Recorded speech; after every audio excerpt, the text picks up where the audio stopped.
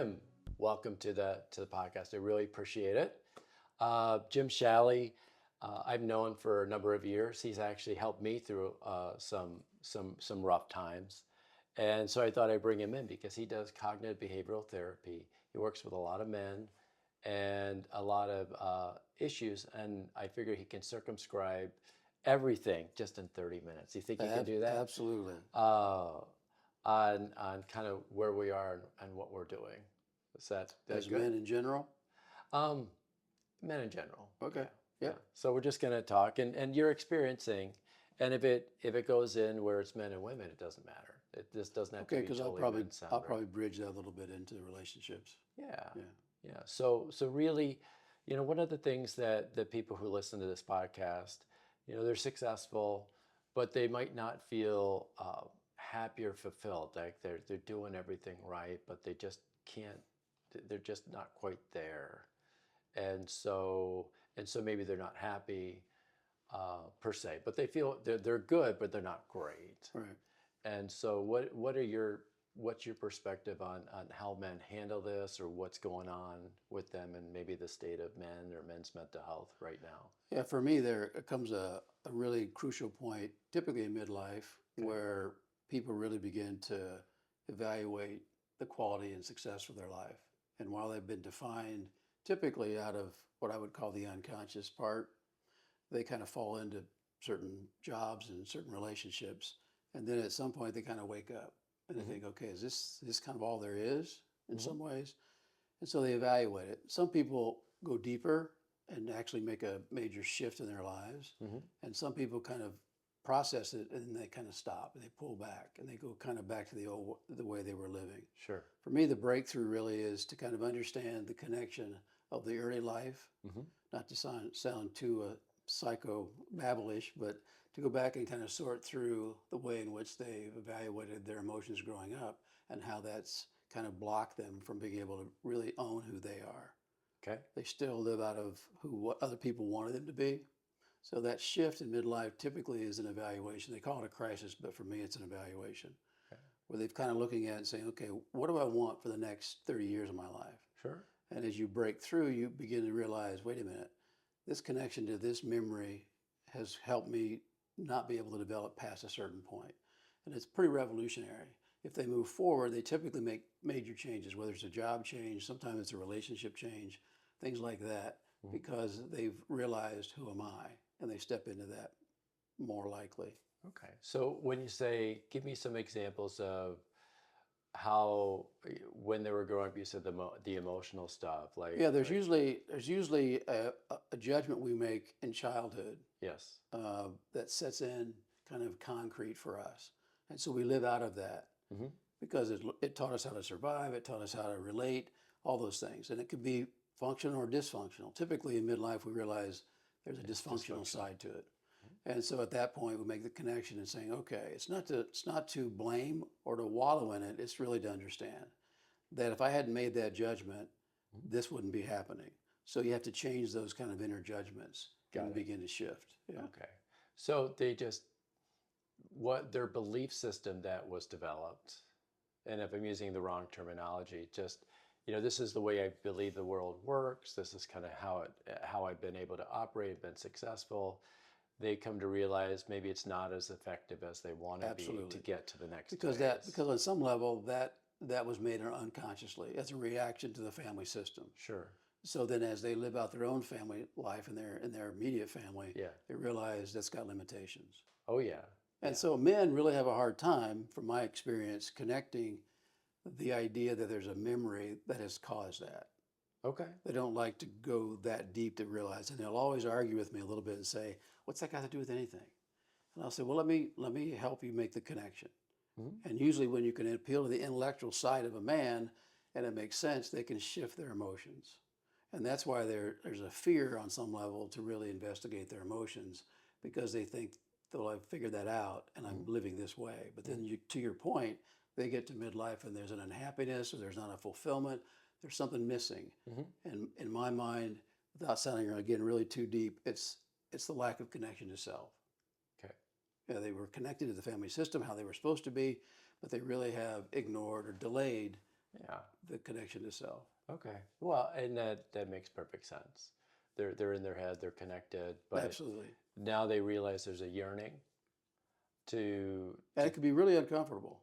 I mean, they really don't know what to do with that because it's like, this isn't supposed to be. If I work hard enough, if I raise my family, if I do all these things, shouldn't this be it? yes, Yeah, yeah, and it's not. right.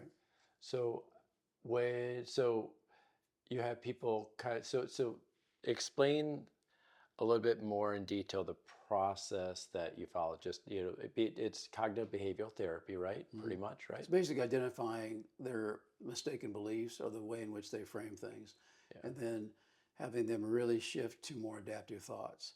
And that can be challenging because, again, the natural thoughts seem like they're true. Yes. And Yeah. so when they begin to identify those, and okay, say there's a replacement thought, they have to really begin to exercise those replacement thoughts, which can have several men right now that are struggling with that Mm-hmm. because it feels like they're fooling themselves. Mm-hmm. And so they have to, it's like my analogy is the muscle doesn't grow if I don't lift the weight.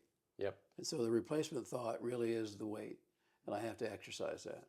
Okay. And it's going to feel, again, like it's not. It feels different. So it's like Absolutely. this is what it's been. So that's my comfort in thinking this. Yeah, you're really reparenting yourself with adaptive thoughts. So can you give me one example that maybe might make it clearer for people? Yeah, I have a case right now where the gentleman would say that my dad was always with me. Mm-hmm. There was a separation early on, and he spent all the time with me as an only child. And he's now comparing himself raising his kids, Yes. and he's never enough because he's not with them all the time. So he cannot see got the it. difference Yeah. of, wait a minute, your dad overcompensated for the situation. And so that felt normal because that was built into him. Sure. And now he's raising his kids and he's thinking, I suck. I'm not good at this. And I try to point out to him, wait a minute, the adaptive thought is, what's the evidence for that? Mm-hmm. There's no evidence that that's true because your kids are pretty happy and they're fine. Mm-hmm.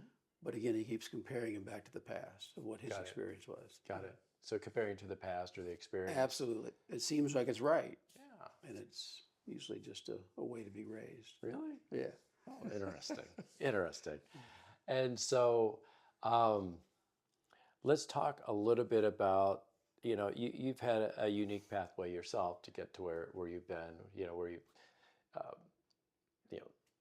you know, maybe talk about how you got into doing cognitive behavioral therapy or become a psychologist. Sorry, psyche. Okay.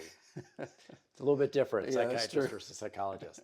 And so maybe the arc of how you got into it, and then you're an entrepreneur. You actually have an office with other therapists in Right. it, which you have to manage, and that's a unique situation. Right. And how you got there and manage it and stay sane and How balanced. far back do you want me to go? Well, obviously childhood, because that's Yeah. that's where we go when we're in therapy, right? No, however far back you want, it's up to you. Real quickly, my father was a minister, Mhm. so I'm the youngest of four, and we were all pretty much trained to serve others. And so in the beginning, I went to seminary. I was a minister. I was actually worked with youth for a number of years. Mhm. And then I left that, went back to school, got my degree in counseling, and then got my doctorate. And as a result of that, my father would often talk to me about, do you still minister? And I say, of course I do. All the It's just- time. It's just in a different form and much more congruent with my own personal style. Mhm. And so then I opened up my own office in 1992 or 3. Okay. And then I was also associated with Associates of Family Care here in Naperville through Doug McKinley, who owned the place, and we were friends. Yeah. I worked part-time there. And then over time, he moved and shifted to a different style. And I took over the business and bought the business from him. And so I was kind of in business for myself. And then I took a business where I have other therapists that work there. And now I manage them, or actually my office manager does it. And she's incredible. Yeah. So, Sometimes they might manage you, absolutely. and that's the way And it works. I think the unique for me is I still do therapy. Mhm. So I'm not an entrepreneur in that sense where I own these businesses and I just kind of pop in and Sure. make it sure it's running okay. I still really enjoy my job. That's where I would say that I'm a kind of combination of a owner coach. Yeah. Yeah, Yeah. Well, you kind of got into it through the back end. You didn't ever have an expectation that you were going absolutely to do true. it. Yeah. It just kind of happened, right? In my reviews with Emily, I will say to her, "Yeah, I never wanted to do this, Yeah. but I am, Yeah. and it's worked out pretty well." And Emily's the office Yeah, manager. she's the office Just manager. to Yeah. say who it is. So, and so how do you balance? And I think part of it is you love the therapy, the Right. counseling, and so that helps balance Mhm. you. But you have your therapy, you have your office, and then you have your personal life. Right. So how do you balance all that? Is your life balanced? Uh, you're not allowed to ask those questions, are you? uh, that's that's an interesting point because my life is more unique in the sense that uh, I never really I never got married and had a family, Hmm.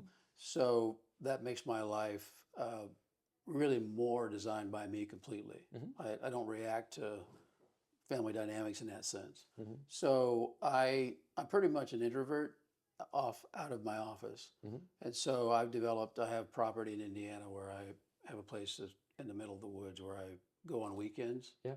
and I spend time there. I have family connections and friend connections that I hang out with. I do trips with friends Hmm. out west. I enjoy that a lot. So from my perspective, I only work 4 days a week, Hmm. which that started 5 or 6 years ago, Hmm. and that's really helped me be more centered. But for me, I have to. The one struggle I do have is I go from extremes. Hmm. So I'm swamped with individuals 4 days of the week, and then I go to my retreat on the weekends, Hmm. and I don't really talk to anybody Yeah, yeah, yeah. except to Yeah, insular. except to Yeah. the animals maybe. But Yeah. and for me, I have to be careful that that's extreme, but it's also pretty balanced. Yeah. Well, Yeah. I find the same thing for me. It's I deal with people every day, right? I have appointments. I might have appointment every 30 minutes. Right. And by the time I get home, I don't want to talk to anybody. I just want to sit there quiet. Mm, I don't have any clocks in my house that tick because I want to walk in and not hear yeah. anything other than maybe the Mm, dog coming up and saying hi. mm, And that's about it. So I totally get it. yeah. Um, so it makes perfect sense. So so what do you think? So when a person's going through this, we talked about midlife crisis. How does this impact a person's relationships? Maybe they're in a relationship, maybe they're not. Mm. But maybe you've been married for 20 years or 15, 20 years, or maybe you just recently got a divorce or something.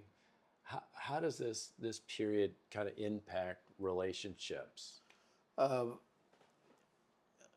I basically frame individuals that we all have masculine and feminine parts. Masculine parts basically are they're more fact driven, they want to accomplish things, achieve things, whereas the feminine energy is more relationally driven. Mm-hmm. They're more empathic, they're more understanding of emotions and things like that. We have both of those in us, but from my perspective, the culture kind of split those and said that the women carry this and the men carry that. I see it completely differently. We have access to those individually. And so when I explain to couples that energy shift and how you go about navigating that, it makes such a big difference. Mm-hmm.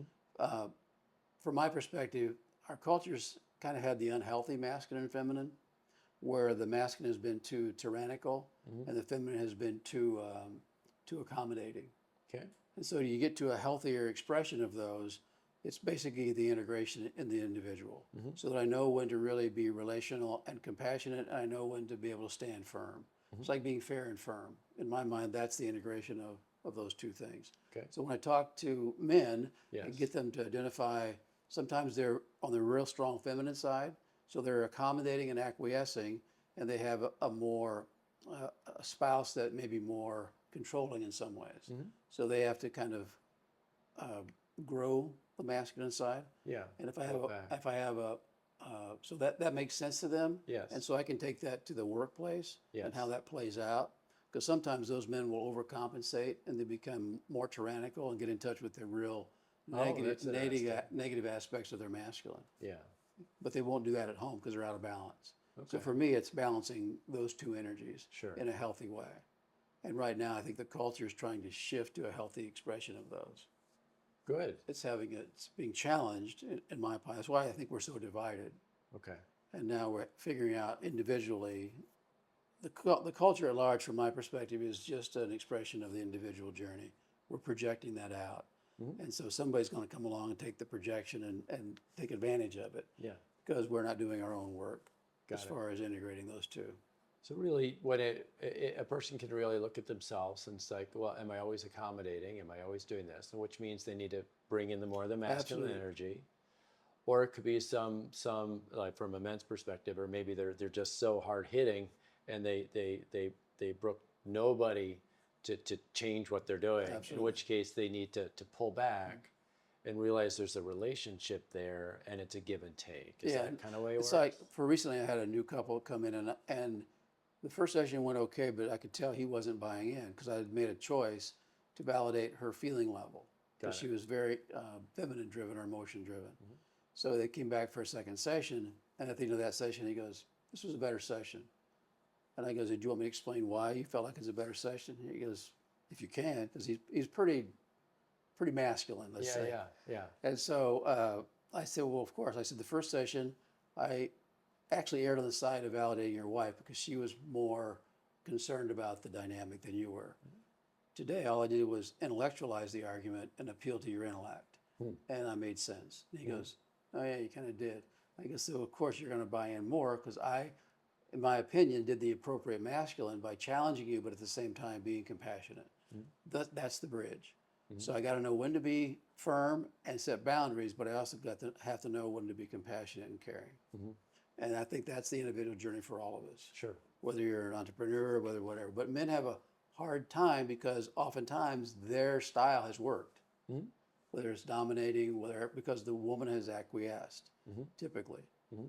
Midlife, a woman will come into my office depressed, and they'll not know why, because they're incredibly nice. They've accommodated their family, their kids, everybody. Everything, yeah. And they say, I shouldn't be depressed. And I'll ask a few questions, and they'll say, well, I couldn't do that.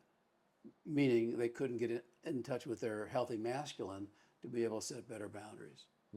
And it's hard both ways to get Oh, them to absolutely. really shift. Yeah. Well, yeah, and I'm just thinking at the point in time when, let's say in the next phase of their life, it's the reintegration that they really need to do.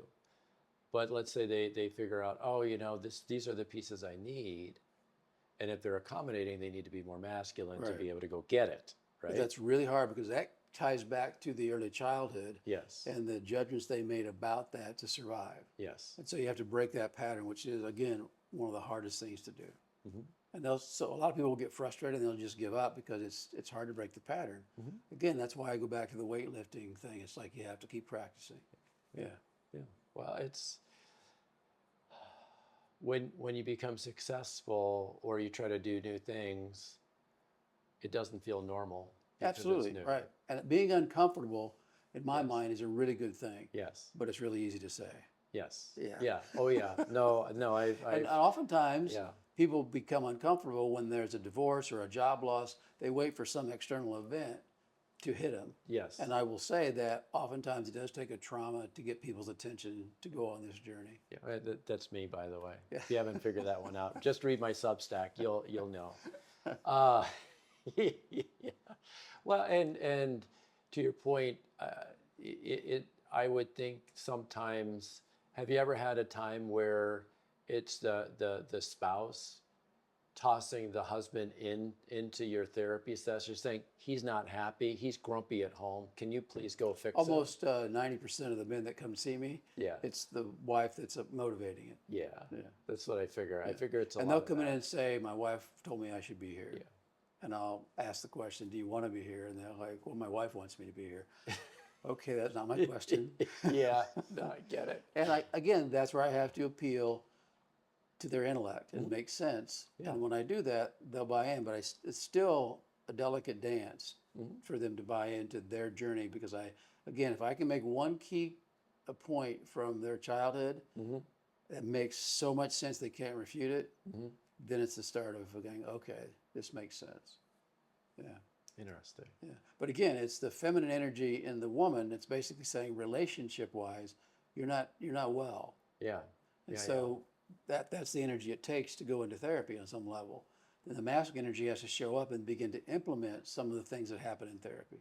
'Cause Got it. without that, without the implementation, it's just another conversation. It's just a feel good thing, Absolutely. or feel bad, but Yeah. usually feel good. Yeah, absolutely. And that can be frustrating for a static personality because they'll have the insight, but because they're so static in their own personality style, to make the changes is even more challenging. Yeah. Well, they won't, or they won't pump the muscle, Right.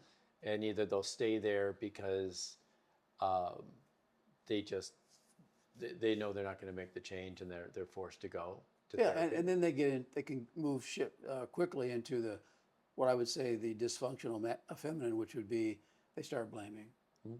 and they play a victim. And this, I can never do this. Yeah. And they have 1,000 excuses as to why.